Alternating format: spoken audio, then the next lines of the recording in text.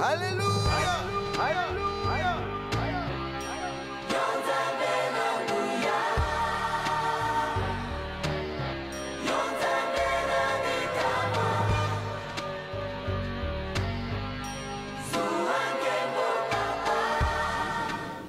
Et quand nous revenons à Dieu, la solution de Dieu à notre péché, c'est la foi que nous devons placer en Jésus-Christ.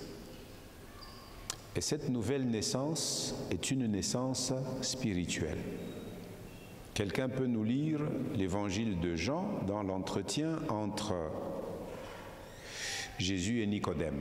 Jean chapitre 3, lisez du verset 3 à 5. Quelqu'un à haute voix.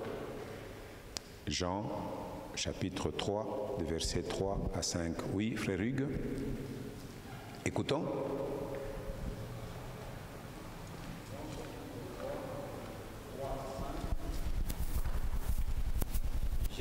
Jésus lui répondit. Jésus lui répondit. Oui, je te le déclare, c'est la vérité. Personne ne peut voir le royaume de Dieu s'il ne naît pas de nouveau. Attends, arrête-toi un moment. Personne ne peut voir le royaume de Dieu s'il ne naît pas de nouveau. Pour être rendu capable de voir le royaume de Dieu, il faut naître de nouveau. C'est quoi le royaume de Dieu? Nephtali, qu'est-ce que tu peux dire d'après toi? Le royaume de Dieu, c'est quoi? Si je te posais la question sur le royaume du Maroc, tu peux me répondre. Hein? Le royaume du Maroc, c'est situé où?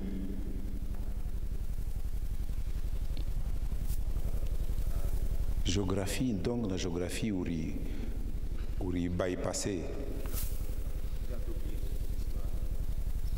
Tu as oublié la géographie, c'est pas l'histoire ça. Le royaume du Maroc, c'est où?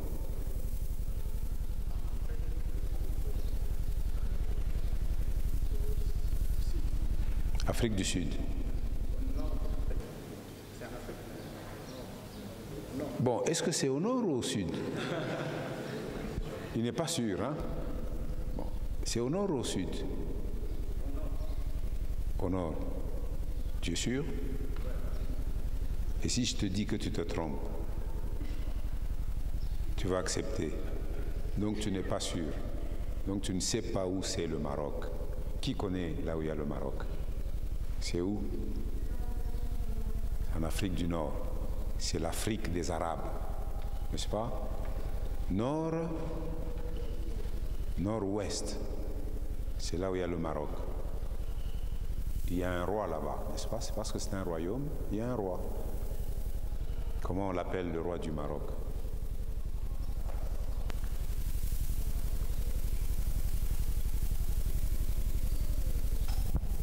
Oui? Eh bien voilà, lui au moins il connaît. Mohamed, c'est un roi, c'est le roi marocain.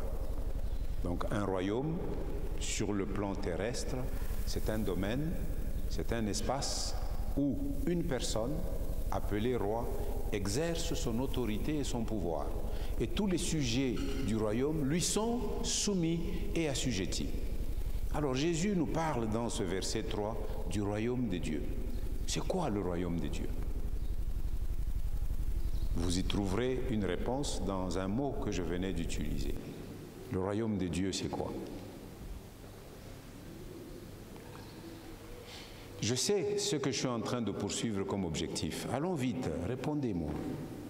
Le royaume de Dieu. Non, non, non, pas toi, l'instructeur. Les gens que vous instruisez, je veux entendre quelque chose d'eux. Le royaume de Dieu. La ville sainte. La ville sainte, elle est où?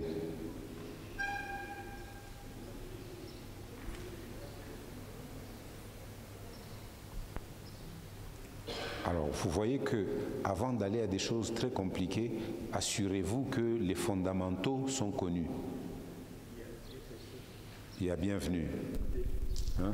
Les deux. Hein? Lui aussi. Oui, toi, vas-y. Le royaume de Dieu. Le royaume de Dieu, c'est un nouveau monde que Dieu, que Dieu prépare pour ceux ou celles qui croient en lui. Que Dieu pour y prépare. vivre un jour. Donc, qui n'est pas encore là. Non, non, ça existe. Ça existe. Oui. Mais c'est pour les personnes, donc toutes les personnes qui croient en lui. Toutes les personnes qui croient en lui. Quelqu'un veut préciser? Bienvenue. Je dirais que le royaume de Dieu, c'est comme vous, donc c'est une cité céleste où Dieu est en train de je dirais c'est l'ensemble de, c'est un territoire ou encore l'ensemble des personnes réunies où Dieu est en train d'exercer son pouvoir. C'est un territoire. Je parlerai plus de l'ensemble de personnes réunies où Dieu est en train d'exercer son pouvoir. L'ensemble des personnes réunies sur lesquelles Dieu exerce son pouvoir. C'est déjà plus précis. Seulement où Dieu exerce son pouvoir. Oui, tu veux compléter? En fait, pour moi, je peux dire le royaume de Dieu, c'est là où Dieu demeure. Là où Dieu demeure. Là où Dieu demeure. Oui. Dieu demeure où? C'est où qu'il demeure? Au ciel. Au ciel. Au ciel. Il peut demeurer à nous. Tout ça. À nous aussi. L'un des grands attributs de Dieu, c'est qu'il est omniprésent. Présent. Il est partout. Mais partout, ce n'est pas son royaume. Alors, en des mots simples, je dirais que le royaume de Dieu, c'est un domaine où l'autorité de Dieu est reconnue et respectée. Alors, d'après le verset qu'on venait de nous lire, c'est un domaine où l'autorité et le règne de Dieu est reconnu et respecté. C'est ça le royaume de Dieu. Ça peut être dans le cœur d'une personne, ça peut être dans une famille, ça peut être dans un espace donné, ça peut être dans une nation, comme à l'époque, ce fut le cas de la nation d'Israël. C'était une manifestation visible de la présence de Dieu. Et Dieu se manifestait en Israël, on le voyait se manifester dans le temple de Jérusalem. Avant, dans le temple, il se manifestait. Partout où il y avait la tente portative, le tabernacle, Dieu se manifestait. Mais aujourd'hui, Dieu se manifeste dans la vie de toute personne qui reconnaît son autorité et qui s'y soumet. Quel a été le premier message que portaient Jean-Baptiste et Jésus lui-même quand ils ont commencé leur ministère public? Jean-Baptiste disait quoi? Repentez-vous, car le royaume de Dieu s'est approché de vous. Et Jésus, quand il a commencé, qu'est-ce qu'il disait? La même chose. Repentez-vous, car le royaume de Dieu s'est approché de vous. Qui nous a apporté le royaume de Dieu? Jésus. Alors, Nicodème va voir Jésus. Il lui dit, en tout cas, maître, nous savons que tu es un enseignant, un docteur qui vient de la part de Dieu. Parce que personne ne peut faire les miracles que tu es en train de faire si Dieu n'est pas avec lui. Et donc, au travers des miracles de Jésus, les Juifs ont reconnu, quelques-uns du moins, que cet homme est un enseignant, un docteur qui vient de la part de Dieu. Tu sais, si quelqu'un commence à apprécier tes qualités, qu'est-ce que tu sentirais? Utashikia fieri, kama baranza kukushifu tu, sema we lakini ulituacha bunga, bintu kunafanya binaonesha sema huko na uwezo, huko na nguvu et tout ça. C'est ce que Nicodème a dit à Jésus. Verset 3, Jésus lui répond. Tu nous répètes la phrase? Jésus lui répondit, oui, je te le déclare, c'est la vérité. Personne ne peut voir le royaume de Dieu s'il ne naît pas de nouveau. Alors, est-ce que la nouvelle naissance, c'est la même chose que la naissance physique? C'est une naissance spirituelle. Donc il faut naître spirituellement pour voir le royaume spirituel. Vous naissez spirituellement pour voir un royaume qui est aussi spirituel. Parce que Jésus dit, personne ne peut voir ce royaume s'il ne naît de nouveau. Il faut donc naître spirituellement pour pouvoir accéder à un royaume qui est spirituel. Donc ce n'est pas un royaume aujourd'hui avec un territoire délimité sur le contour de la République démocratique du Congo ou sur le continent africain ou le continent américain. C'est un royaume qui n'a pas de limite géographique. C'est un royaume spirituel. Mais un royaume sur lequel Dieu exerce son autorité.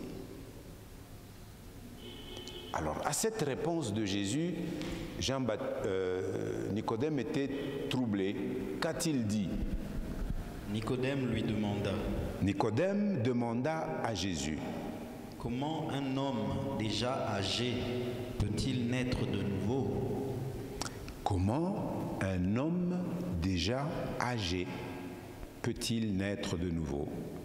Un homme, par exemple, de mon âge, ou de l'âge de l'ancien Jean-Claude, ou du frère Arsène, ou du frère Éric, il est déjà âgé. C'est la question de Nicodème. Comment peut-il encore naître de nouveau? C'est une question intelligente, n'est-ce pas? Alors, quelle est la réponse de Jésus? C'est le verset 5, n'est-ce pas? Hein? Je saute à 5. Parce que ça continue. Ah non, voilà, tu expliques, il clarifie sa pensée, il ne peut tout de même pas... Il ne peut pourtant pas retourner dans le ventre de retourner dans le ventre de sa mère pour naître une seconde fois. Ça, c'est l'intelligence naturelle qui lui fait raisonner de cette manière-là. Parce qu'il ne conçoit pas la naissance autrement qu'au travers d'une grossesse portée par une femme pendant 9 mois. Au bout des 9 mois, un enfant va naître. Ça, c'est une naissance naturelle. A-t-on jamais vu quelqu'un rentrer dans le ventre de sa mère une deuxième fois pour naître une deuxième fois? Est-ce que cela s'est déjà produit? Je nous pose la question. Ou il y a peut-être quelqu'un ici au milieu de nous qui était retourné dans le ventre de sa mère en disant « Ah, mimirito kambele wakacha chambele nirudie muntumbo ya mama yangu mala ya pili. » Comme ça, mitazali quoi? Une deuxième fois. Qui a fait ça? Nous tous, on nous a conçus une fois dans le sein de notre mère. Au bout de 9 mois, la grossesse est arrivée à terme et nous sommes sortis. Nous avons commencé une vie, n'est-ce pas? Mais Nicodème pose cette question. Comment un homme déjà devenu adulte peut-il naître une seconde fois? Il ne peut tout de même pas retourner dans le ventre de sa mère pour naître une deuxième fois. Parce que tu parles de naître de nouveau. Tel était le raisonnement de Nicodème. Alors, au verset 5, Jésus répondit. Écoutez bien cette réponse maintenant, c'est là où je voulais en arriver. Oui. Jean 3, 5. Écoutez. Oui, je te le déclare. Je te le déclare, c'est la vérité. Personne ne peut entrer dans le royaume de Dieu. Personne ne peut entrer dans le royaume de Dieu s'il ne naît pas d'eau, s'il ne naît pas d'eau et de l'esprit. Et de l'esprit. Vous entendez? Ici, Jésus précise sa pensée. Naître de nouveau, c'est naître d'eau et d'esprit. Donc c'est une naissance spirituelle. Ce n'est pas une naissance physique. Nous comprenons donc quand on nous dit de l'esprit, vous voyez que l'esprit est mis avec un grand E, avec E majuscule. On nous parle du Saint-Esprit. Qui est donc l'acteur de la nouvelle naissance? C'est le Saint-Esprit. Nous naissons de nouveau par le Saint-Esprit. Comment le Saint-Esprit fait-il cela? Lorsque nous entendons l'évangile de Jésus-Christ, cet évangile, c'est la bonne nouvelle que Dieu veut sauver tous les hommes. Lorsque ceux-ci reconnaissent leur état de péché, se repentent, s'en détournent et reviennent à lui. C'est ce qu'on appelle la conversion. Ils se repentent et ils se convertissent, et puis ils placent leur confiance en Jésus. Quand vous faites ça, le Saint-Esprit entre en jeu pour redonner la vie à votre esprit qui était mort.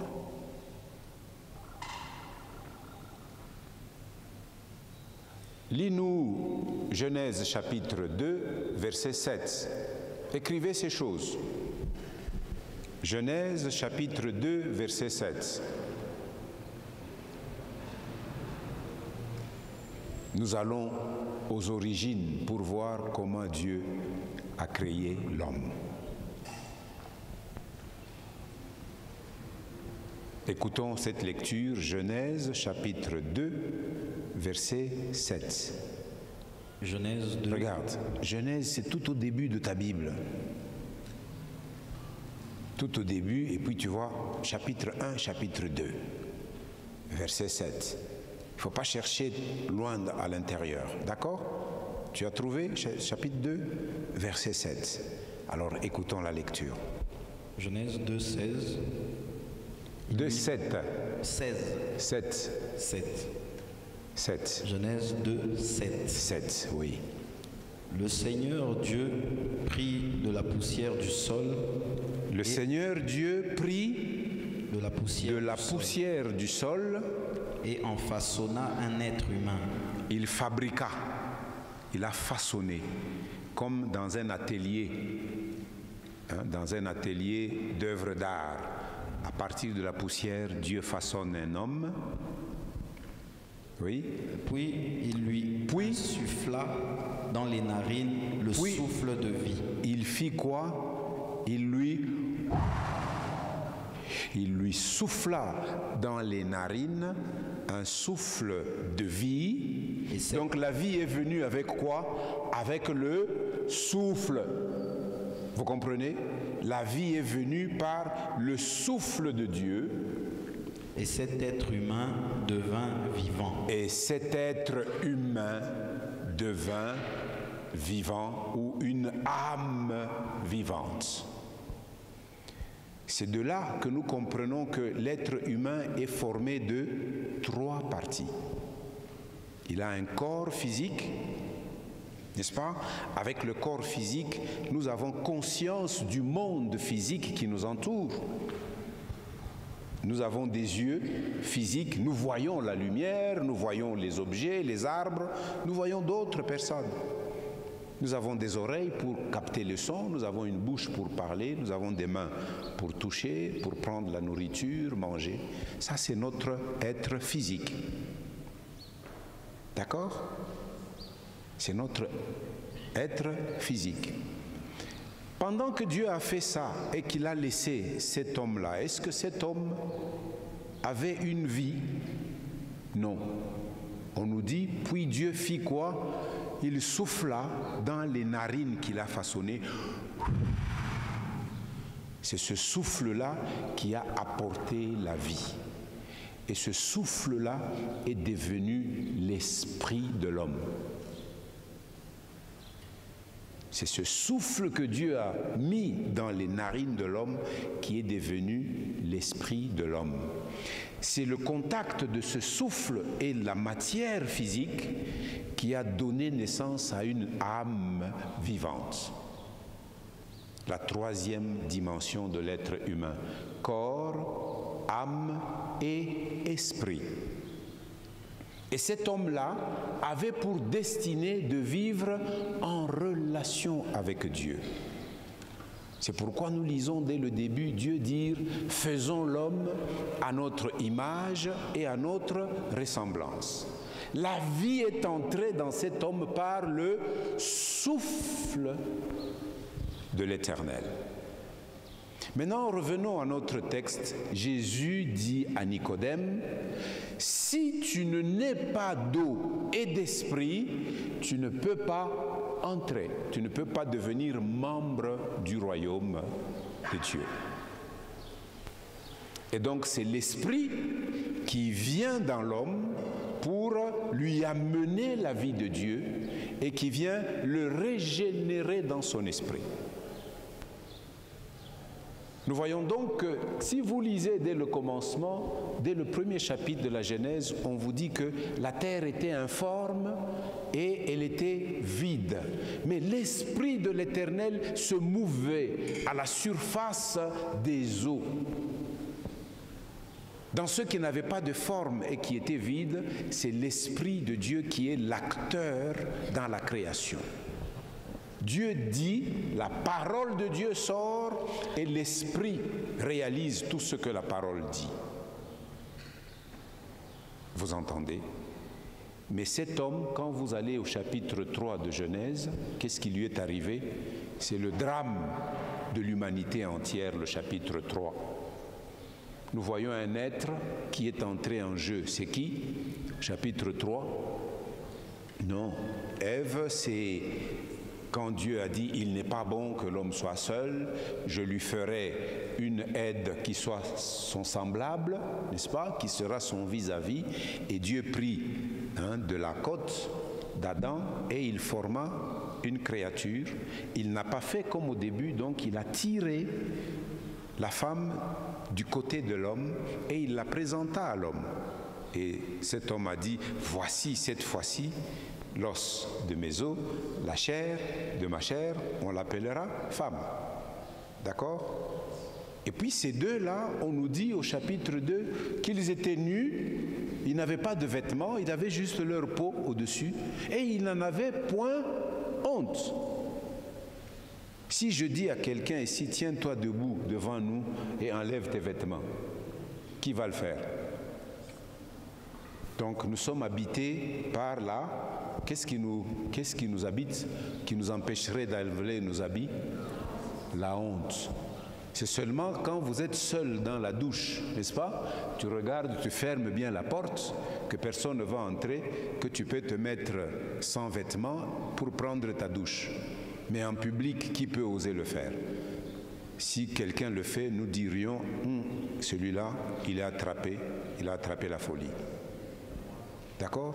Mais à l'origine, il n'en avait pas honte. Au 3e chapitre, un être est entré en jeu. Qui? Le serpent. Qu'est-ce qu'on nous dit du serpent? Il était le plus rusé de tous les animaux que Dieu a fait. En fait, nous voyons déjà la malice et l'intelligence de cet être-là qui se présente sous la forme d'un serpent. Mais il n'était pas serpent au début. C'est un être céleste qui est venu dans le jardin en se présentant à la femme sous la forme d'un serpent. Et même les serpents de l'origine, ils n'étaient pas comme les serpents que nous voyons aujourd'hui. Ils étaient des êtres glorieux. Cet être-là a séduit par la ruse, il a trompé Ève. Ève a désobéi à l'instruction, à la loi de Dieu, et lui et Adam ont désobéi à ce que Dieu avait fait. C'était le début de l'entrée du péché dans le monde. Et quand le péché est entré, qu'est-ce qu'ils ont découvert après avoir désobéi? Il est écrit que leurs yeux s'ouvrirent. S'ouvrir sur quoi? Qu'est-ce qu'ils ont vu quand leurs yeux se sont ouverts? Ils ont vu qu'ils étaient nus. Parce que nous sommes en train de parler de voir, n'est-ce pas? Voir le royaume. Leurs yeux s'étaient ouverts et ils ont vu qu'ils étaient nus. Quel sentiment ça a provoqué en eux? Non, avant ça.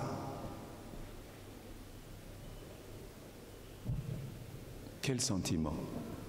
Parce que plus tard, nous lisons dans le chapitre 3, il y avait un rendez-vous le soir dans le jardin, parce que le chapitre 1 nous dit, il y eut un matin, il y eut un soir, deuxième jour. Et le soir, Dieu avait pris l'habitude de visiter ce couple de ses amis. Il venait les visiter le soir au jardin où il les avait mis. Alors le soir, ils entendent Dieu qui arrive. Adam, il dit, il vient. Il a pris Ève par la main. Qu'est-ce qu'ils ont fait? Ils ont fui d'abord pour aller se cacher. Alors Dieu arrive au lieu du rendez-vous.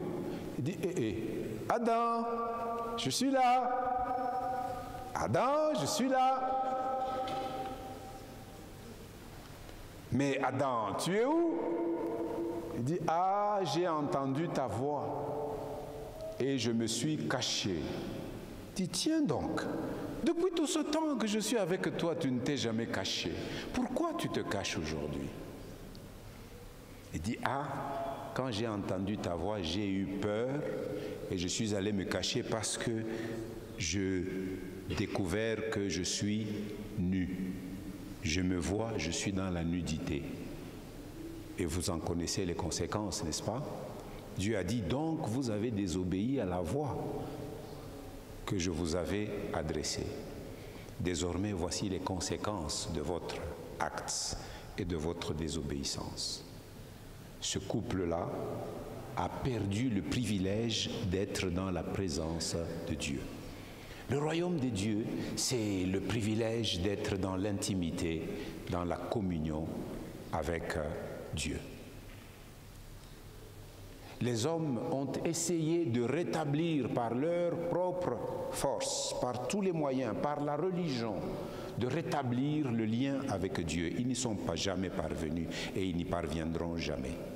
C'est pourquoi Dieu a envoyé Jésus sur la terre. Pour que la relation qui a été brisée, cette relation soit restaurée, soit rétablie. Mais pour y entrer, il faut naître d'eau et d'esprit. La séparation avec Dieu, c'est ça la mort spirituelle. Et Jésus est venu pour nous redonner la vie que nous avons perdue. Et il dit que cette vie-là, nous l'avons par le souffle de Dieu, par l'esprit. Parce qu'il explique au verset 6, 7 jusqu'à 8 de Jean 3. Tu rentres à Jean 3. Écoutons ce que Jésus dit.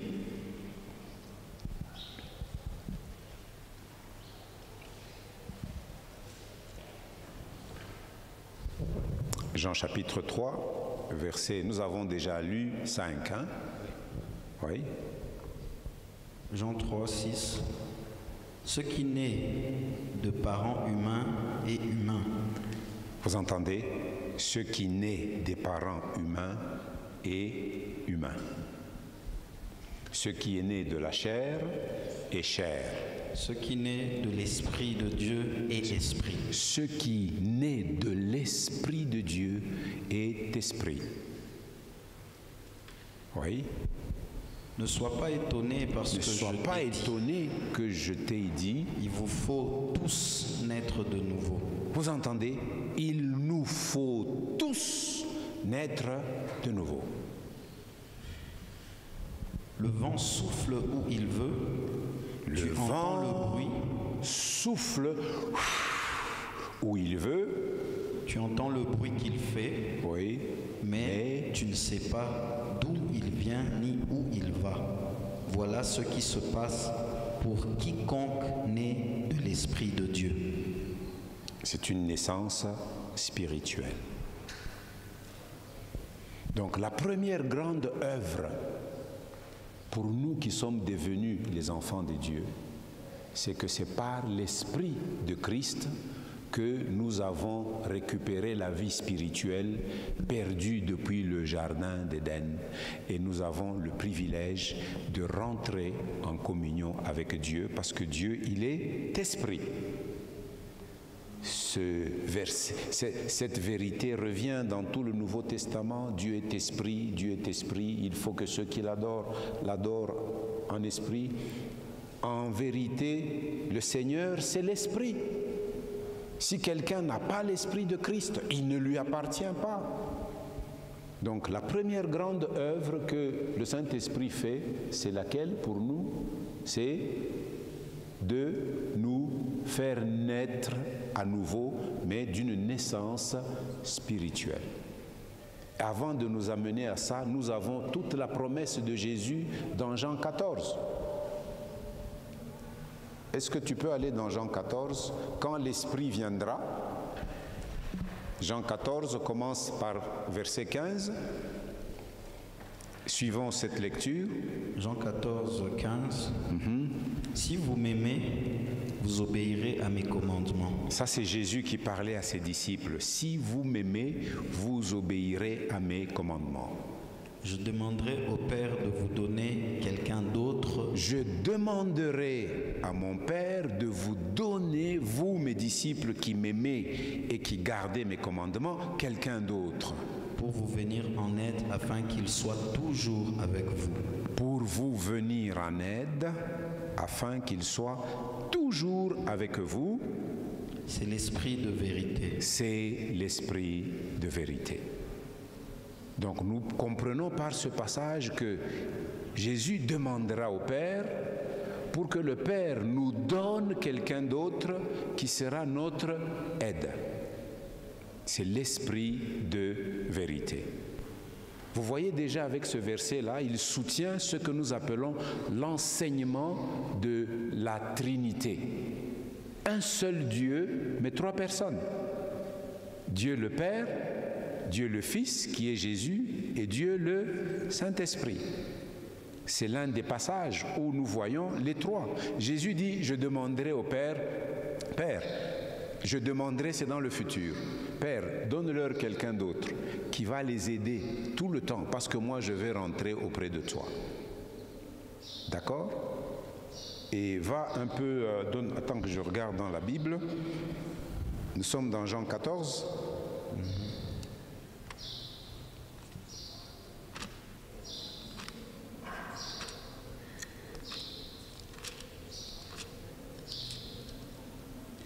Toujours sur l'esprit. Allons 15.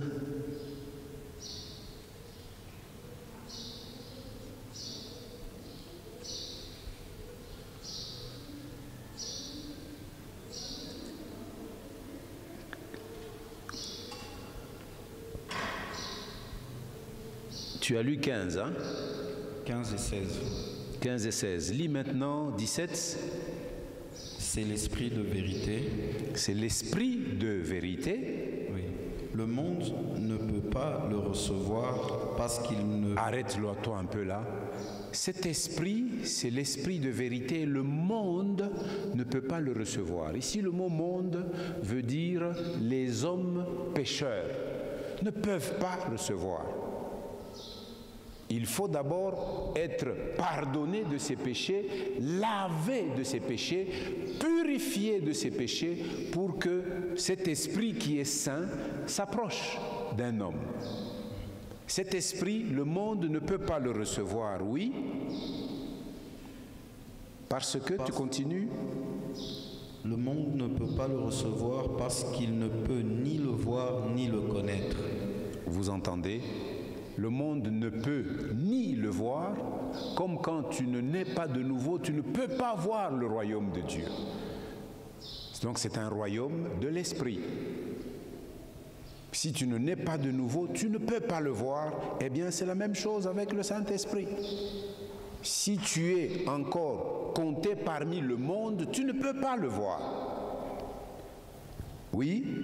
Mais vous, vous le connaissez. Vous le connaissez. Parce qu'il demeure avec vous et qu'il sera toujours en vous.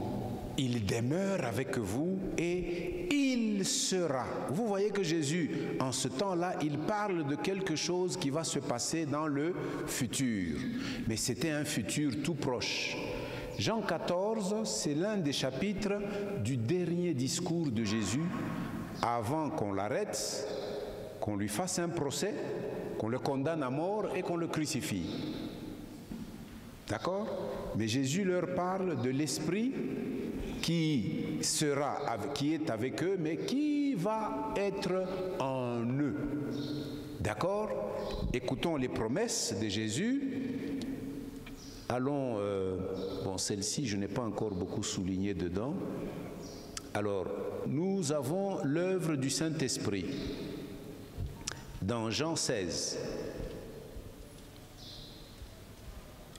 Hugues, tu nous lis toujours. Lis-nous Jean 16 à partir de versets 7 et 8. Jean 16, 7 et 8. Cependant, je vous dis la vérité, il est préférable pour vous que je parte. En effet, si je ne pars pas, celui qui doit vous venir en aide ne viendra pas à vous. Mais si je pars, je vous l'enverrai. Et quand il viendra, il prouvera aux gens de ce monde leur erreur au sujet du péché, de la justice et du jugement de Dieu. Vous entendez le ministère du Saint-Esprit? Quand il vient, il fait quoi? Il va convaincre. Là, il dit, il prouvera aux gens leur erreur. Il convaincra les gens en ce qui concerne le péché, la justice et le jugement de Dieu. Quand vous allez plus loin encore, il nous dit, celui-là, il nous conduira dans toute la vérité, celui-là nous rappellera les paroles de Jésus et il nous annoncera les choses à venir. Celui-là, son rôle, c'est de glorifier Jésus, glorifier Jésus. Voilà le ministère du Saint-Esprit. Et la dernière fois, j'avais lu avec vous Jean 20, verset 22, n'est-ce pas? Vous vous souvenez, dimanche passé, Jean 20, 22, après que Jésus ait été crucifié et qu'il soit revenu à la vie, le jour même, le soir, quand il s'est montré aux disciples, il souffla sur eux. La même chose que Dieu fit avec l'homme au jardin. Jésus souffla sur eux pour dire « Recevez le Saint-Esprit ». Et donc, nous comprenons que ces disciples de Jésus ont été régénérés dans leur esprit le jour de la résurrection de Jésus. Ils ont été des hommes naturels comme Nicodème. Mais c'est après la résurrection de Jésus, c'est Jésus glorifié qui est devenu un esprit capable de communiquer aussi la vie. Lis-nous 1 Corinthiens 15, verset 45.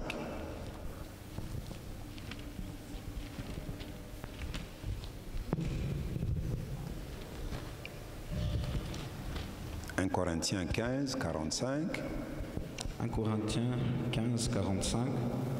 En effet, l'Écriture déclare le premier homme, Adam, devint un être vivant. C'est ce que nous avons lu dans Genèse 2, 7, n'est-ce pas? Quand Dieu a soufflé dans ses narines un souffle de vie, il devint un être vivant. Oui. Mais le dernier Adam, c'est Jésus. Et l'Esprit qui donne la vie. La version Louis II dit, il est devenu, le dernier Adam est devenu un esprit vivifiant. Un esprit qui donne la vie ou un esprit vivifiant. C'est Jésus crucifié, mort et ressuscité qui est devenu un esprit qui donne la vie. C'est pourquoi il pouvait dire à ses disciples, recevez le Saint-Esprit. À partir de ce moment-là, ces hommes sont devenus des êtres spirituels et régénérés. Est-ce que c'est clair? Vous n'avez pas la vie spirituelle si vous n'avez pas reçu Jésus. Et cette vie spirituelle, vous l'avez par l'Esprit de Christ. C'est lui qui dit, recevez, je vous l'enverrai et je vous le donnerai. Qui donne l'Esprit? C'est Jésus. Tout tourne autour de la personne de Jésus. C'est lui qui demande l'Esprit au Père pour que cet Esprit vienne, pas seulement demeurer avec nous, mais entrer en nous. Et quand il vient entrer en nous, il vient dans notre esprit. Notre esprit qui était mort, qui n'était pas capable d'être connecté à Dieu, quand l'Esprit vient, nous devenons sensibles et réceptifs à la parole de Dieu. C'est pour ça que vous entendez les chrétiens dire « Dieu m'a dit ». Vous allez dire « Arukonesha Urishikia Namashikia ou bien Oriona ». C'est maintenant, je sais seulement que Dieu m'a dit. Comment il le sait? C'est dans son esprit. Ce que nous recevons par l'Esprit ne passe pas nécessairement par nos sens. Nous n'avons pas besoin de voir avec ses yeux. Nous n'avons pas besoin d'entendre.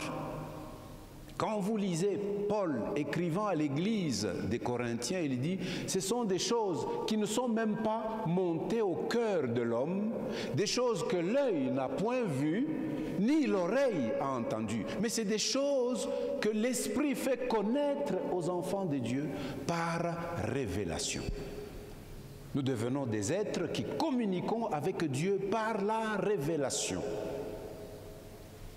C'est ça la vie nouvelle que Jésus est venu nous apporter.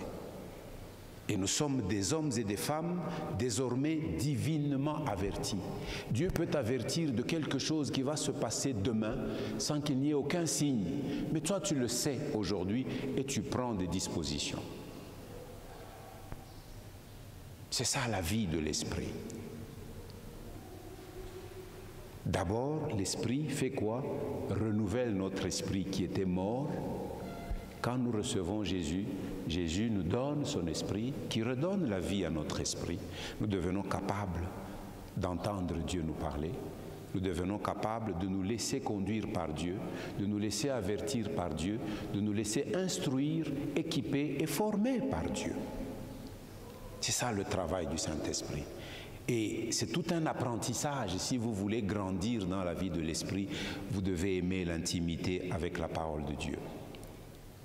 Vous devez aimer la prière, c'est-à-dire parler avec Dieu continuellement. Une prière que vous faites seul, une prière que vous faites en famille, une prière que vous faites en assemblée, une prière que vous faites à la jeunesse. Si vous persévérez dans ces choses, vous deviendrez de plus en plus sensible à la voix de l'esprit. Ne courez pas d'abord après les dons de l'esprit. Courez d'abord vers une vie de l'esprit. Manifestez la vie de l'esprit avec son fruit. Vous connaissez le fruit de l'esprit? Qui connaît le fruit de l'esprit? L'amour, la patience. Hein? Tu as déjà lu ça où? Galates 5, verset 22. Je voulais montrer que la vie que nous avons, nous l'avons par le Saint-Esprit. D'accord? Et Dieu, riche qu'il est, il a aussi des dons pour nous. Ça, nous allons voir dans la suite des temps. Je vous laisse 10 minutes. Si vous avez 2 ou 3 questions, vous pouvez les poser. Je sais que dimanche prochain, on m'a dit que vous avez une activité sportive, c'est ça? Mais c'est ce qu'on m'a laissé entendre. Jean-Claude, on m'a dit que dimanche prochain... Il y a un match avec l'église Bethel qui était organisé 1 mois, 2 mois à l'avance. Donc c'est arrêté, c'est déjà arrêté ce programme pour le dimanche 21, c'est ça? Eh bien, nous pourrons aller au dimanche de la Pentecôte, d'ailleurs, ça tombe bien. Le dimanche 28, c'est la Pentecôte, c'est la plénitude du Saint-Esprit, c'est le baptême du Saint-Esprit et la manière dont il s'exprime. La Bible nous dit que si quelqu'un n'a pas l'Esprit de Christ, il ne lui appartient pas. Les vrais enfants de Dieu sont ceux-là qui sont conduits par l'Esprit de Dieu. Par l'Esprit de Dieu, nous avons la capacité de faire mourir les actions de notre corps et de laisser croître le fruit de l'Esprit. J'aimerais Arsène, que tu leur distribues. Qui a cette brochure avec lui? La vie remplie du Saint-Esprit. Qui a ça? Personne? Toi, tu as. Nephtali, tu as. Eric, naturellement, tu as. Alors, Arsène va vous distribuer ça. Allez lire ça. Lisez cette brochure, elle vous parle d'une vie remplie du Saint-Esprit. Et il y a là-dedans des extraits bibliques qui vous montrent des repères bibliques pour comprendre quelle relation vous avez avec l'Esprit. Et ça vous permettra de cultiver votre relation avec le Saint-Esprit. Alléluia. Ces brochures sont éditées par le ministère Campus pour Christ et c'est des brochures qui donnent les enseignements de base sur une vie remplie et conduite par le Saint-Esprit. Alors lisez, si vous avez des questions, déjà ça vous permettra de commencer à répondre à ces questions-là, cette brochure-là. D'accord? Comme vous avez le dimanche prochain une activité à l'extérieur, allez-y, nous nous verrons le dimanche de Pentecôte l'après-midi. Alors je laisse la place à 1, 2 ou 3 questions. Parce que c'est ce que nous nous sommes dit. Oui, bienvenue.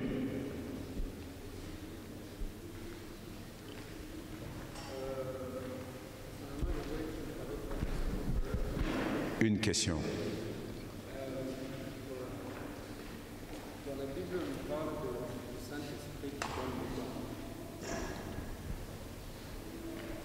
Dans la Bible, on parle du Saint-Esprit qui donne les dons. Est-ce que tu as compris ce que je venais de dire par rapport aux dons? Oui. Nous allons en parler. Donc garde ta question pour le jour de la Pentecôte. Bon, la question n'était pas sur les dons, mais plutôt... Oui, oui. Ok. J'aimerais comprendre pourquoi Jésus va rejeter d'autres personnes qui avaient fait des miracles, prophétisé et tout ça, alors que c'est l'Esprit qui leur a donné le don. Je ne sais pas si vous avez compris.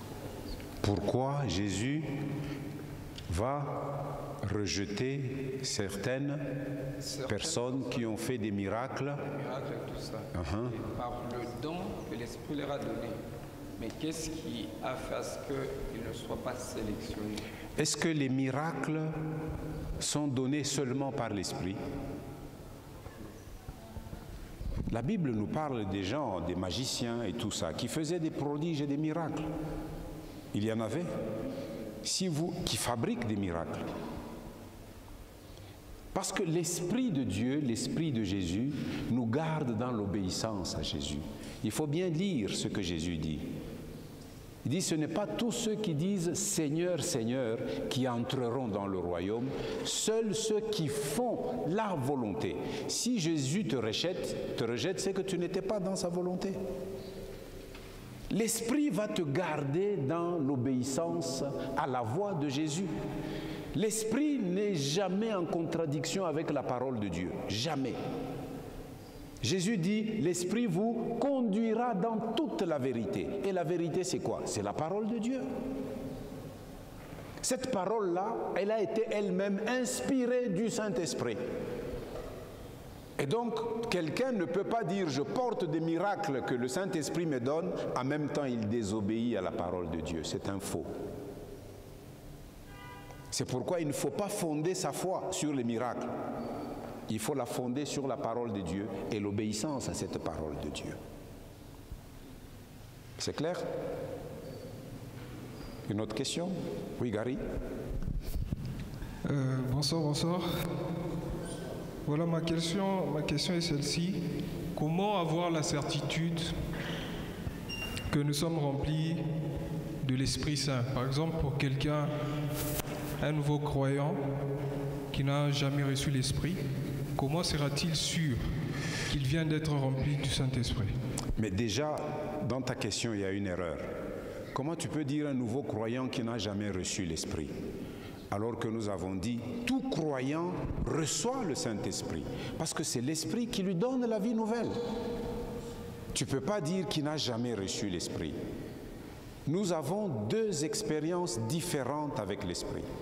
La première expérience que tout le monde fait, c'est la nouvelle naissance. C'est la régénération de notre esprit. Nous voyons que c'est Jésus glorifié, c'est-à-dire le Jésus qui a été crucifié, qui a été mis au tombeau, qui est revenu à la vie et qui est remonté auprès du Père, c'est lui qui a envoyé l'Esprit. Déjà, il a, le jour de sa résurrection, dit à ses disciples, recevez le Saint-Esprit. Il a soufflé sur eux. Est-ce qu'ils l'ont reçu, oui ou non? Parce que Jésus a dit, recevez le Saint-Esprit. Ils l'ont reçu ou ils ne l'ont pas reçu? C'est une question. L'ont-ils reçu ou ils ne l'ont pas reçu? Parce que Jésus a dit, recevez. C'est qu'ils l'ont reçu. Ils l'ont reçu pour leur régénération, leur nouvelle naissance. Ça, c'était le jour de sa résurrection. OK? Maintenant, le jour de la Pentecôte, ils ont vécu une deuxième expérience. C'était le baptême du Saint-Esprit. Il s'est passé combien de jours? 50 jours. Entre leur nouvelle naissance et le jour de leur baptême du Saint-Esprit. C'est le jour de la Pentecôte. Actes chapitre 2. Le jour de la Pentecôte, ils étaient tous ensemble, réunis dans un même lieu, tout à coup. N'est-ce pas? Il vint du ciel un bruit fort comme celui d'un vent impétueux qui a rempli le lieu où ils étaient. Et des langues comme des langues de feu leur apparurent, qui se posèrent sur la tête de chacun d'eux, et ils furent remplis du Saint-Esprit. Ça, c'est une deuxième expérience, la plénitude du Saint-Esprit. C'est ce que j'ai dit, nous allons en parler le jour de la Pentecôte. D'abord, il faut avoir la certitude que quelqu'un qui a consciemment reconnu ses péchés, qui s'en est repenti, qui s'en est détourné, qui a cru en Jésus, celui-là, il a la vie de l'Esprit. L'Esprit Saint est en lui. L'Esprit Saint est en lui. Nous avons lu avec vous ici. OK? Donc tu ne peux pas dire à un croyant authentique qu'il n'a pas l'Esprit. Nous avons dit dans Romains 8, 9 que si quelqu'un n'a pas l'Esprit de Christ, il ne lui appartient pas. Beaucoup de communautés chrétiennes s'arrêtent à la nouvelle naissance. Pour eux, ils disent ça leur suffit, ils peuvent maintenant attendre que Jésus vienne les prendre pour les amener au ciel. Mais ils ignorent la deuxième bénédiction. Ils ignorent la deuxième bénédiction. Cette deuxième bénédiction, c'est celle dont nous allons parler le jour de la Pentecôte. Tu avais une question supplémentaire à celle-là? Est-ce que d'abord tu es convaincu de cette réponse? Tu ne peux pas dire d'un croyant qu'il n'a pas l'Esprit, d'un croyant chrétien qu'il n'a pas l'Esprit. Juste peut-être ajouter, parce qu'il y a les 12 disciples à Éphèse que Paul a rencontrés, qui n'avaient jamais reçu le Saint-Esprit. Bon, je ne sais pas ce que vous pouvez dire. Ils n'avaient pas connu l'expérience de la plénitude du Saint-Esprit. S'ils étaient des disciples qui avaient entendu le message de Jésus, n'est-ce pas? Si c'était des disciples qui avaient entendu le message de Jésus, ces gens-là sont devenus des chrétiens sincères, mais qui n'ont pas entendu parler qu'il y a une deuxième expérience qu'on appelle le baptême du Saint-Esprit. Sur ce passage-là, il y a deux versions possibles. On dit qu'ils pouvaient être des disciples de Jean-Baptiste, parce qu'ils n'ont entendu parler que du baptême de Jean-Baptiste. Mais ils ont entendu parler de Jésus. C'était des gens qui étaient sincères. Mais quand Paul les a vus, il leur a posé une question. Avez-vous reçu le Saint-Esprit quand vous avez cru? C'est-à-dire, ils avaient cru en Jésus. Et quand ils ont cru en Jésus, ils étaient régénérés. Leur esprit était vivant. Mais ils n'avaient pas fait l'expérience de la plénitude du Saint-Esprit. La plénitude peut se passer immédiatement après la conversion, comme elle peut se passer plus tard, comme elle peut se passer quelques années plus tard. Tous ces cas de figure sont possibles. Paul lui-même leur pose la question, avez-vous reçu le Saint-Esprit quand vous avez cru. Quand il dit quand vous avez cru, ils ont cru en qui? En Jésus. Quand quelqu'un croit en Jésus, le Saint-Esprit vient habiter en lui. C'est ce que la parole déclare. Maintenant, le Saint-Esprit qui habite en toi, tu as, comme qui dirait, une source de vie en toi, mais qui ne se transforme pas encore en fleuve. Le fleuve, c'est ça le baptême du Saint-Esprit. C'est clair, Gary? Est-ce que c'est clair? Je veux que tu sois au clair. Si tu n'es pas convaincu, qu'est-ce qui ne te convainc pas?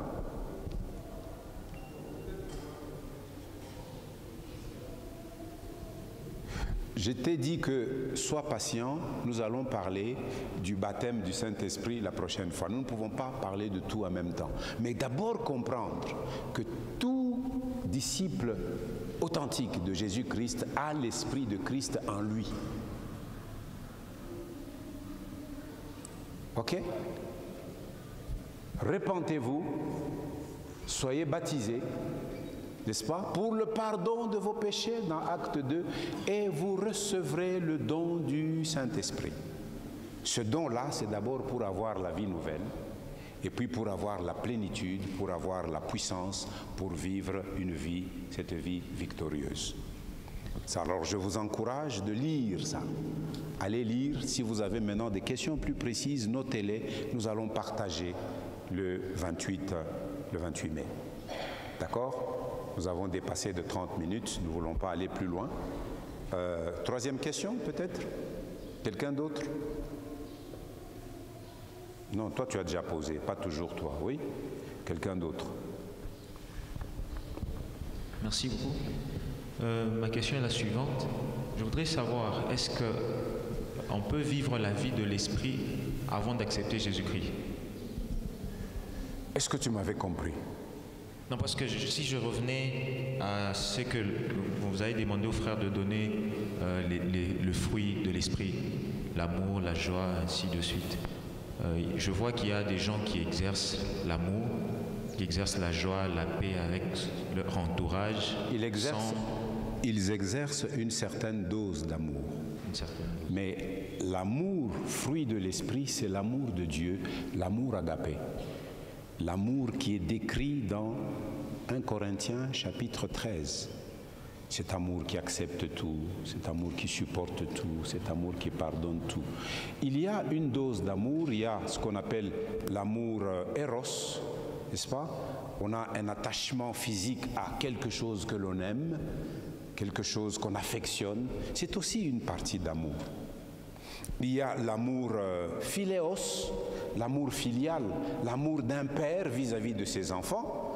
Jésus lui-même dit, méchants comme vous l'êtes, vous savez donner des bonnes choses à vos enfants. Comment vous pouvez donner des bonnes choses? C'est parce que vous les aimez. Vous avez une certaine dose d'amour pour eux. Quand ils vous demandent du pain, vous ne leur donnez pas des pierres. Quand ils vous demandent du poisson ou un œuf, vous ne leur donnez pas un scorpion. Ok? Donc malgré que les hommes sont méchants, ils ont quand même une part d'amour. Mais cet amour-là, ce n'est pas l'amour du Saint-Esprit. C'est l'amour naturel. Mais cet amour se manifeste.